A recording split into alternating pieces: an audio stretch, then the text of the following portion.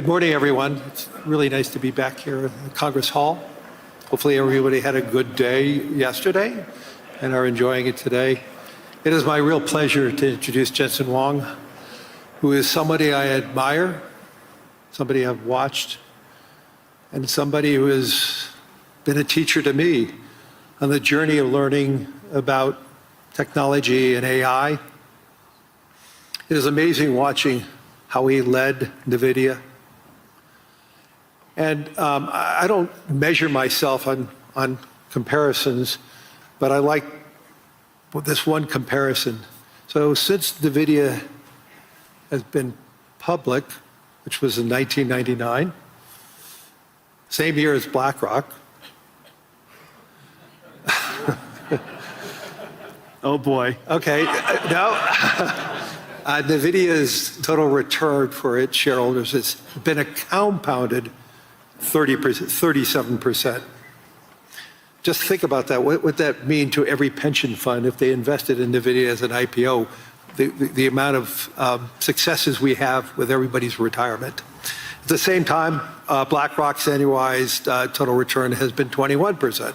Not so bad for a financial services company, but it certainly pales. But that is just a really great indication of Jensen's leadership, the positioning of NVIDIA, and also it is a great statement about what the world believes in the future of NVIDIA.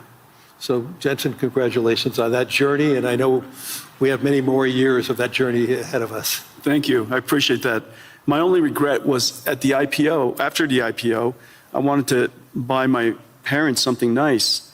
And so I sold NVIDIA stock at a valuation of $300 million. The company was at a valuation of $300 million, and I bought them a Mercedes S-Class. It is the most expensive car in the world. They regret it. Do they still have it? Oh, sure. Yeah, Good. They still have it, yeah. Good. Let me go into the subject matter now, but I just want to say, the debate on AI is about how it's going to change the world and the global economy. Today, I want to talk about how AI can add to the world economy and how AI can increasingly become a foundational technology that everyone in this room can be utilizing, enhancing our lives, enhancing the lives of everyone in the world. And we need to talk about how it's going to reshape productivity, labor, infrastructure across virtually every other sector. But importantly, how it's going to reshape the world, and how can more segments of the world benefit from AI? And how can we ensure that we have a broadening of the global economy, not a narrowing of the global economy? And I can't think of another person who has a clearer view on not just what AI is, but the infrastructure around it, the infrastructure that is necessary to build around it. And because so many of the major hyperscalers are utilizers of what NVIDIA creates, and the whole engagement around the infrastructure around AI, the potential of AI, I think we have a great voice to listen to this afternoon or this morning. So Jensen, once again, thank you. This is his first time here at the World Economic Forum in Davos, and I know you have a really busy schedule, so thank you for taking that time. I appreciate that. So let me go right into it. Why do you believe that AI has the potential to be that significant engine of growth? And what makes this moment, this technology, different than past technology cycles? Yeah, this is, first of all, when you think about AI and you're interacting with AI in all these different ways, ChatGPT, of course, using Gemini, of course, using Anthropic, Claude, of course, and the magical things that it could do, it's helpful to reason back to the first principles of fundamentally what is happening to the computing stack. This is a platform shift. A platform is something where applications are built on top of. And this is a platform shift like the platform shift to PCs. New applications were developed to run on a new type of computer, platform shift to the internet, a new type of computing platform, hosted all kinds of new applications, a platform shift to mobile cloud. In each and every one of these platform shifts, the computing stack was reinvented and new applications were created. This is a new platform shift in the sense that today you're using ChatGPT. It's important to understand that itself is an application, but very importantly, new applications will be built on top of ChatGPT. New applications will be built on top of Anthropic Claude, for example. And so it's a platform shift in that way. AI is really easy to understand if you realize what it can do that you could never do before. Software in the past was effectively pre-recorded. Humans would type and describe the algorithm or the recipe for the computer to execute.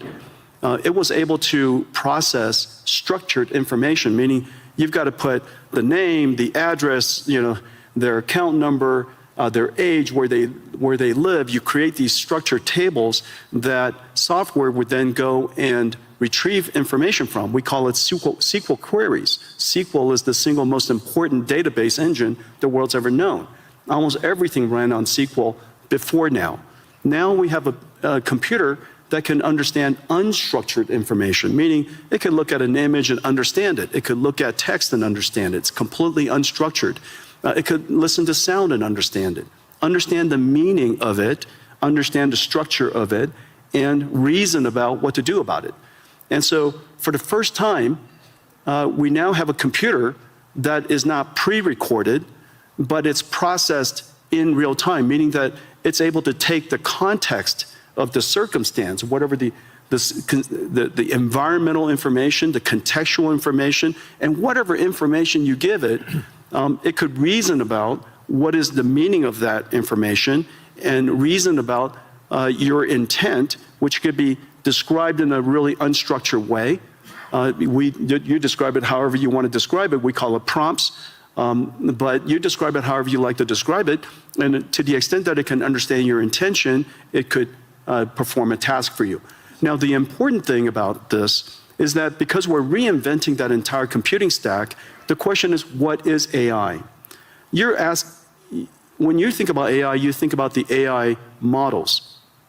But it's really important to understand industrially, AI is actually essentially a 5-layer cake. At the bottom is energy. AI, because it's processed in real time and it generates intelligence in real time, it needs energy to do so. Energy is the first layer. The second layer is the layer that I live in. It's chips.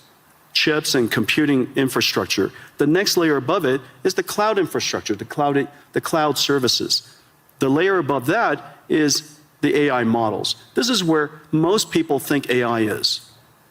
But don't forget that in order for those models to happen, you have to have all of the layers underneath it. But the most important layer, and this is the layer that's happening right now, the reason why last year was an incredible year, frankly, for AI, is that the AI models made so much progress that the layer above it, which is ultimately the layer that we all need to succeed, the application layer above that.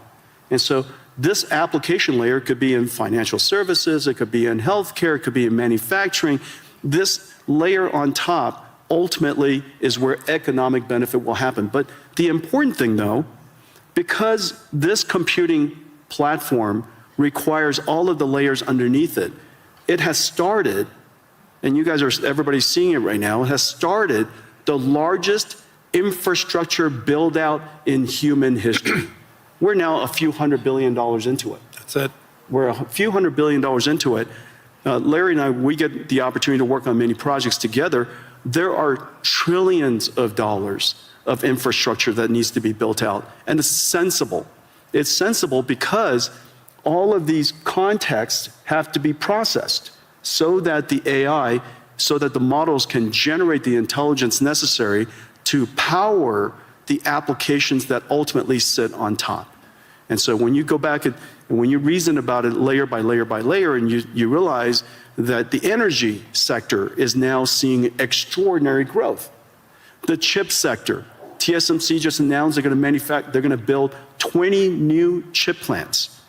Foxconn working with us and Wistron and Quanta building 30 new computer plants, which then go into these AI factories. So we have chip factories, computer factories, and AI factories all being built around the world. And memory. And memory, right, exactly. Those chip fabs. Micron has started investing $200 billion in the United States. SK Hynix is doing incredibly. Samsung is doing incredibly. You could see that entire chip layer growing incredibly today.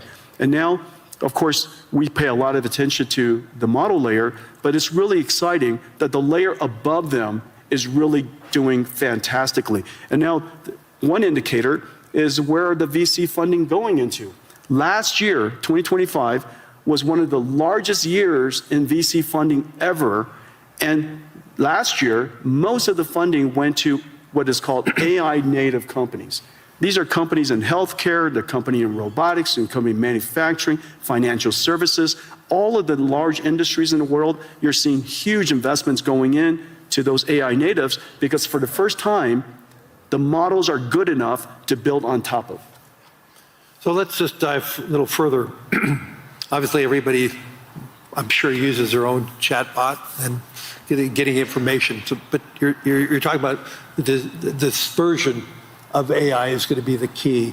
Let's talk about it, like, go into a little more upside ideas related to the dispersion of it in the physical world.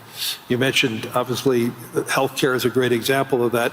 But where do you see the transformational opportunities in areas like transportation or science? Well, last year, I would say last year, I would say 3 major things happened in AI, in the AI technology layer, the model layer. The first one is that the models themselves started out being curious and interesting, but they hallucinated a great deal. And last year, we can all reasonably accept that these models are better grounded. They could do research. They can reason about circumstances that maybe they weren't trained on, break it down into step-by-step reasoning steps, and come up with a plan to answer your question, do your research, or perform the task. So last year, we saw the evolution of language models becoming AI systems that we call agentic systems, agentic AI. The second major breakthrough is the breakthrough of open models. Several years ago, was it a year ago, DeepSeek came out? Last year. And DeepSeek was, a lot of people were quite concerned about it. Frankly, DeepSeek was a huge event for most of the industries, most of the companies around the world, because it's the world's first open reasoning model. Since then, a whole bunch of open reasoning models have emerged, and open models has enabled companies and industries, researchers, educators, universities, startups, to be able to use these open models to start something and create something that's domain specific or specialized for their needs. The third area that had enormous progress last year was the concept of physical intelligence, of physical AI. AI that understands not just language, but AI understands, if you will, nature. And it could be AI that understands the physical world here, AIs that understand proteins, chemicals, natural physics of physics, for example, fluid dynamics, particle physics, quantum physics, AIs that are now learning all these different structures and different languages, if you will. Proteins is essentially a language. And so all of these AIs are now making such enormous progress that these industries, industrial companies, whether it's manufacturing or drug discovery, are really making great progress. And one of the great indicators is a partnership that we had with Lilly, that they realize now that AI has made such extraordinary progress in understanding the structure of proteins and the structure of chemicals, essentially being able to interact and talk to the proteins like we talk to ChatGPT. We're going to see some really big breakthroughs. So all these breakthroughs raises concerns about the human element. You and I have had many conversations on this, but we need to tell the whole audience there is a huge concern that AI is going to displace jobs. And you've been arguing the opposite. Obviously, the build out of AI, as you talked about, the biggest infrastructure build out in history is going to occur, which energy is creating jobs. Yeah. Chips industry is creating jobs. The infrastructure layer is creating jobs. Land, power, and shell. Jobs, jobs, jobs. I mean, right? It's incredible. So let's get into that in a little more detail. So you actually believe we're going to face labor shortages. And so how do you see that AI and robotics changing the nature of work rather than eliminating it? Yeah, there's several different ways that we could think through it. First of all, this is the largest infrastructure build out in human history. Yep. That's going to create a lot of jobs. And it's wonderful that the jobs are related to tradecraft. And we're going to have plumbers and electricians and construction and steel workers and network technicians and people who install and fit out the equipment. And all of these jobs, we're going to, in the United States, we're seeing quite a significant boom in this area. Salaries have gone up, nearly doubled. Yeah. And so we're talking about six-figure salaries for people who are building chip factories or computer factories or AI factories. And we have a great shortage in that. And I'm really delighted to see so many people in so many countries really recognizing this important area. You know, everybody should be able to make a great living. You don't need to have a PhD in computer science to do so. And so I'm delighted to see that. The second thing to realize, and so we theorize about the automation of tasks and things like that, and what is the implication to jobs. You know, I'll just offer some anecdotes. These are real world anecdotes of what has actually happened. Remember 10 years ago, one of the first professions that everybody thought was going to get wiped out was radiology. And the reason for that was the first AI that became superhuman in capability was computer vision. And one of the largest applications of computer vision is studying scans by radiologists. Well, 10 years later, it is true that AI has now completely permeated and diffused into every aspect of radiology. And it is true that radiologists use AI to study scans now. The impact is 100%, and the impact is completely real. However, not surprisingly, I say not surprisingly, if you reason from first principles, not surprisingly, the number of radiologists have gone up. Is that because of lack of trust of, or is that because the human interaction with the results of AI is a better outcome? Exactly. The reason for that is because a radiologist, their job, the purpose of their job is to diagnose disease, to help patients diagnose disease. That's the purpose of their job. The task of the job includes studying scans. The fact that they're able to study scans now infinitely fast allows them to spend more time with patients, diagnosing their disease, interacting with the patients, interacting with other clinicians. Well, surprisingly, also not surprisingly actually, as a result of that, the number of patients that the hospital can see has gone up. Because, you know, there are a lot of people waiting a long time to get their scans done. And so now, because the number of patients have gone up, the revenues of the hospital has gone up, they hire more radiologists. This is the same thing as happening to nurses. We're 5 million nurses short in the United States. As a result of using AI to do the charting and the transcription of the patient visits, nurses spend half of their time charting. Documenting. And now they could use AI technology, and one particular company, Abridge, they're a partner of ours doing incredible work. As a result of that, the nurses could spend more time visiting patients. Human touch. That's right. And because you could now see more patients, and we're no longer less bottlenecked by the number of nurses, more patients could get into the hospital sooner. As a result, hospitals do better, they hire more nurses. And so surprisingly, AI is increasing their not surprisingly, AI is increasing their productivity. As a result, the hospitals are doing better. They want to hire more people. You have too many people waiting too long to get into hospitals. And so these are two perfect examples. Now, the easiest way to think about what is the impact of AI on a particular job is to understand whether the job, what is the purpose of the job, and what is the task of the job. If you just put a camera on the two of us and just watched us, you would probably think the two of us are typists because I spend all of my time typing. And so if AI could automate so much word prediction and help us type, then we would be out of jobs. But obviously that's not our purpose.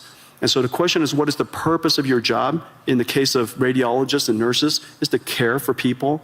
And that purpose is enhanced and made more productive because the task has automated. And so to the extent that you can reason about each one of the people's purpose versus the task, I think it's a helpful framework. Let's move this beyond the developed economies. Help me understand how AI is it to broaden the world and help the world. I read an Anthropic piece this past weekend that basically said the utilization of AI most recently is very dominant by the educated society. And they're even seeing the educated component of each society being heavily more utilized. And obviously they're using it against their own model Claude, so it may have its own biases. So how do we ensure that AI is a transformational technology, maybe like what Wi-Fi and 5G was for the emerging world? And when you intersect that, what does it mean for the emerging world and jobs? How do we broaden the global economy? And two, getting back to the whole job situation with robotics and AI, there is going to be some substitution there. And there's substitution in the United States already going on.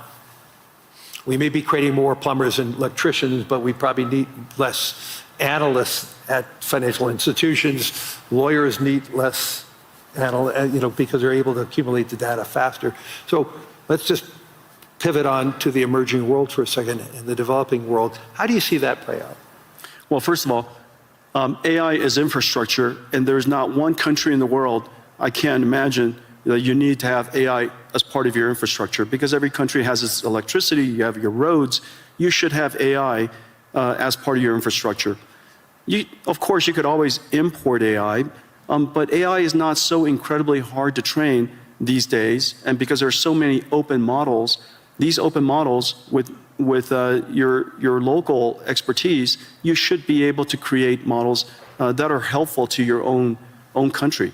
And so I really believe that every country should get involved to build AI infrastructure, build your own AI, take advantage of your fundamental natural resource, which is your language and culture, develop your AI, continue to refine it, and have your national intelligence be part of your ecosystem. And so I think that's number one. And number two, remember, AI is super easy to use. It is the easiest software to use in history, and that's the reason why it's the fastest growing and most rapidly adopted. I mean, in just a couple of 2-3 years, it's coming up to almost a billion people. I think, first of all, Claude is incredible. Anthropic has made a huge progress, huge leap in developing Claude. Yep. We use it all over our company. The coding capability of Claude, its reasoning capability, its ability is just really incredible. And anybody who's a software company really ought to get involved and use it. On the other hand, ChatGPT is probably the most successful consumer AI in history. And its ease of use and its approachability, I think everybody should get involved. And whether it's somebody in a developing country or a student, it is very clear that it is essential to learn how to use AI, how to direct an AI, how to prompt an AI, how to manage an AI, how to guardrail the AI, evaluate the AI. These skills are no different than leading people, managing people, things that you and I do all the time. So in the future, instead of biological, carbon-based AIs, in the future we're also going to have digital versions of AIs, silicon versions of AIs, and we'll have to manage them. They're just part of our digital workforce, if you will. And so I would advocate that for the developing countries, build your infrastructure, get engaged in AI, and recognize that AI is likely to close the technology divide. Right. Because it is so easy to use and so abundant and so accessible. And so, you know, I'm actually fairly optimistic about the potential of AI to lift the countries that are emerging, and for many people who haven't had computer science degree, all of you can be programmers now, you know. And so in the past we had to learn how to program a computer. Now you program a computer by saying to the computer, "How do I program you?" You know. And if you don't know how to use an AI, just go up to the AI and say, "I don't know how to use an AI. How do I use an AI?" And it would explain it to you. And you know, you say, I like to write a program to create my own website. How do I do that? And it says, it would ask you a whole bunch of questions about what kind of website you would like to build, and then write you the code. And so it is that easy to use, and that's, of course, the incredible, you know, power of AI, which is exciting. Two quick questions, then we're going to run out of time. We're sitting here in Europe. When we were talking about a lot of companies, we mentioned a lot of US companies and Asian companies.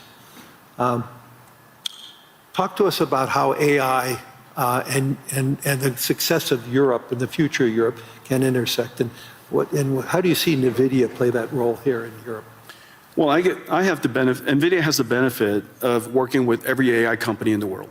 And because we're low in the infrastructure layer, and we power AI across the board. And we power AI that are languages, their biology, their physics, their world models, and related to manufacturing and robotics. And the thing that's really quite exciting for Europe is, remember, your industrial base is so strong. The industrial manufacturing base in Europe is incredibly strong. This is your opportunity to now leap past the era of software. The United States really led the era of software. AI is software that doesn't need to write software. You don't write AI, you teach AI. And so get in early now so that you can now fuse your industrial capability, your manufacturing capability with artificial intelligence, and that brings you into the world of physical AI or robotics. Opportunity for the European nations. Now, whether it's, you know, well, all of the countries that I visit here, industrial base is really, really strong. The other thing to realize is that so much of the deep sciences are still very, very strong here in Europe. Right. And the deep sciences now have the benefit of applying artificial intelligence to accelerate your discovery. We're far from an AI bubble.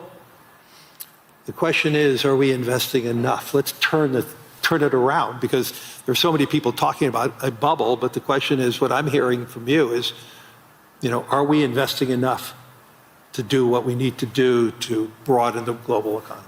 And so one good test on the AI bubble is to recognize that NVIDIA has now millions of NVIDIA GPUs in the cloud. We're in every cloud, you know, we're used everywhere. And if you try to rent an NVIDIA GPU these days, it's so incredibly hard. And the spot price of GPU rentals is going up. Right. Not just the latest generation, but 2-generation-old GPUs. The spot price of rentals are going up. And the reason for that is because the number of AI companies that are being created, the number of companies shifting their R&D budget, Lilly is a great example. 3 years ago, most of their R&D budget, all of their R&D budget, was probably wet labs. Notice the big AI supercomputer that they've invested in, the big AI lab, increasingly that R&D budget is going to shift towards AI. And so the AI bubble comes about because the investments are large. And the investments are large because we have to build the infrastructure necessary for all of the layers of AI above it. And so I think the opportunity is really quite extraordinary, and everybody ought to get involved. Everybody ought to get engaged. We need more energy. I think that we all recognize that. We need more land power and shell. We need more trade skill workers. And in fact, that population of workforce is so strong here in Europe. Yes. In a lot of ways, the United States lost that in the last 20, 30 years. But it's still incredibly strong here in Europe. It's an extraordinary opportunity you got to take advantage of. And so I would, I know that where Larry and I work, we see the investment opportunities and the investment scale is going up. The number of startups, as I mentioned earlier, that 2025, the largest investment year in VC history, over $100 billion around the world, most of it was AI natives. And so these AI companies are building basically the application layer above. And they're going to need infrastructure. They're going to need our investment, and go build this future. And I actually believe it's going to be a great investment for pension funds around the world to be a part of that, to grow with this AI world. And this is one of my messages as so many political leaders. We need to make sure that the average pensioner, the average saver is a part of that growth. If they're just watching it from the sidelines, they're going to feel left out. And we want to invest in infrastructure. Right. Infrastructure is a great investment opportunity. This is the single largest infrastructure build out in human history. Yep. Get involved. We're out of time. Hopefully everybody in the audience and everybody on the web streaming is seeing the power of Jensen Huang as a leader, not just a leader in technology and AI, but a leader in business, and also a leader in heart and soul, which is really important today, having that leadership from the heart and the soul. So thank you, everyone. Thank you, everybody.